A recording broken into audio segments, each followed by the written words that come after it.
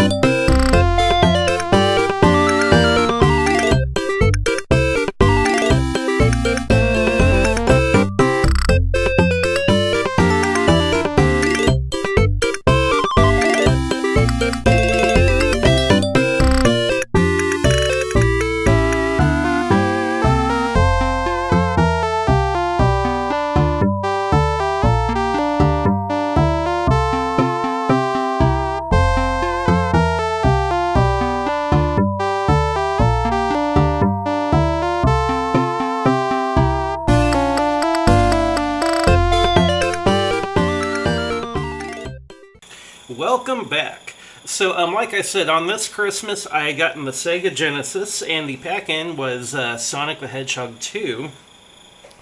And then I believe a week later, we went to another Christmas get-together, and my grandpa had gotten me some comic books. I don't remember the exact comic books. I want to say Silver Surfer was one of them.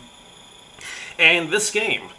And honestly, this was an interesting one. I got it, and I remember thinking, I'm kind of a little old for Mickey Mouse, aren't I? Of course, I didn't say that out loud. I'm always grateful for any new game I got as a kid, because they came, so kind of limited in a way when I actually got one that I owned, like, right off the bat like that. Not to mention it was for a brand new system, so of course I appreciated it. But at the same time, in the back of my mind, I'm all like, man, I feel like I'm a little old for Mickey, But that's okay. I didn't get to play it that night because I did not bring my Sega with me to this family get-together. Got to play it a few days afterwards, though. And I remember thinking the graphics look really good. They didn't look as good as Sonic 2, but they looked pretty good. But the gameplay, at first, I wasn't feeling. One, Mickey was a very, very cutesy character. And of course, as a young preteen at the time, I'm all about the tood that Sonic had more than the cutesiness of Mickey Mouse. And then, he felt so slow to control. It feels like he's walking through molasses all the time. So, I beat the first couple levels, and I stopped playing and went back to Sonic 2 for a bit. I'm like, it's another game for the system, but maybe it's not for me. And how mistaken I was. This game is actually fantastic. Yes, your character does feel a little slow, but it definitely controls the pacing for the game. The second stage has some cool tricks to it that I really like, where it'll actually flip the screen on you, which will change the gravity. And the game is so tight control-wise. And once you get past the initial thing of, oh god, I'm playing as a cutesy character that I watched whenever I was 5 years old, and now I'm like 10 or 11. And once you get past the fact that he's not really fast like Sonic, as a matter of fact, he feels slow and feels like his feet are sticking to the floor. Once you get past that, though, the gameplay is so good and so tight. Your main attack is like a butt stomp, which eventually Mario stole. But you use this attack more or less not only to beat enemies, but you can actually bounce higher than you can during your normal jump, and it helps you to get to areas that you normally couldn't get to, along with being able to combo certain enemies. There's also objects you can throw. Like in the first world you find apples, I think in the second one you find marbles. But these have limited ammunition, and for the most part, I didn't throw stuff very often. I'm normally stuck to that butt stomp move that Mickey had. And it's so weird and off-brand, to be honest, for Mickey Mouse to have a butt stomp of all things, but it works in the context of the game. The game also had some really cool and fun bosses I've really liked. Like, the first one was this tree log that came... pardon me. that came out of the tree that would shake the ground, which would cause apples to fall from the tree and hit you, and you would have to butt stomp it whenever it rolled out to attack you. Another boss that really stuck in my head was a Jack-in-the-Box that would bounce all around, and you could not attack it unless its head had popped out, in which case you could bounce off a projectile that would throw at you and then hit it in the head, which honestly is a pretty decent boss fight. It's like a decent concept considering the fact that it is a Mickey Mouse game.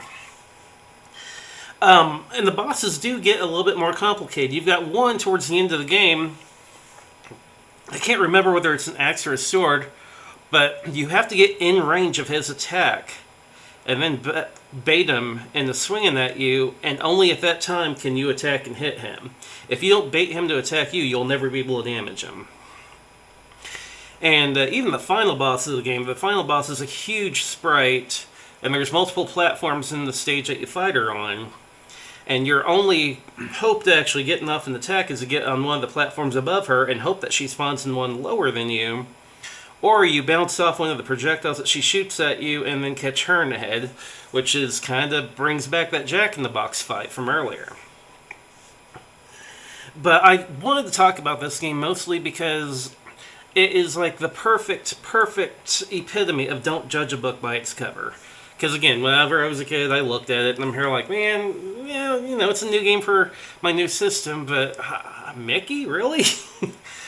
But even after the first time I played it, I wasn't feeling it. But after, popping it in a little bit later and actually, playing and getting into it, it's really a solid title.